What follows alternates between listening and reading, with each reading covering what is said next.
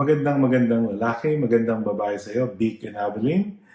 Ngayon po, pag-uusapan na naman natin itong usapang real estate. So ano po bang topic natin ngayon? Ang topic po natin ngayon is California Dream for All. So ano po ba yung tinatawag nating California Dream for All? Ito po yung 20% down payment assistance or grant na ipinamimigay ng gobyerno para po makatulong sa mga first-time home buyer na kagaya ninyo. So kung kayo po ay gustong bumili ng bahay, hindi pa po kayo nagkabahay, this is a great time po para bumili ng bahay kasi po merong pwedeng tumulong sa atin. Ito nga po ang gobyerno, California Dream for All. So, paano po bang proseso nito? So, kailangan po natin maghanap ng accredited lender. So, which is, pwede ko po kayo matulungan dyan. So, kailangan po nyo mag-apply para po paglabas ng budget sa April, kayo po ay nakasalang na.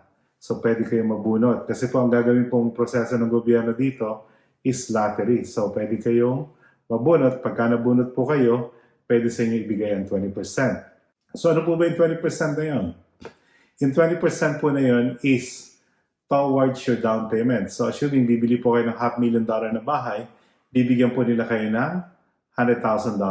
Kailan po nyo babayaran yung $100,000 na yun?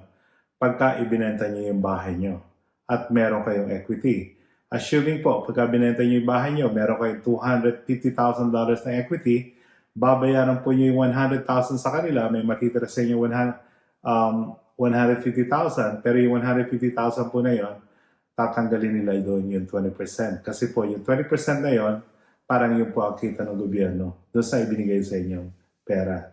Which is fair naman po yun para sa lahat. Kasi po sila po yung tumulong sa inyo para makabili kayo ng bahay, para po kayo magkaroon ng $150,000. So kung meron po kayong mga tanungan at gusto niyo malaman ang information para dito sa California Dream for All, tumawag lang po 310-689-9781. 310-689-9781. O tawagan po niyo yung numero na nasa screen.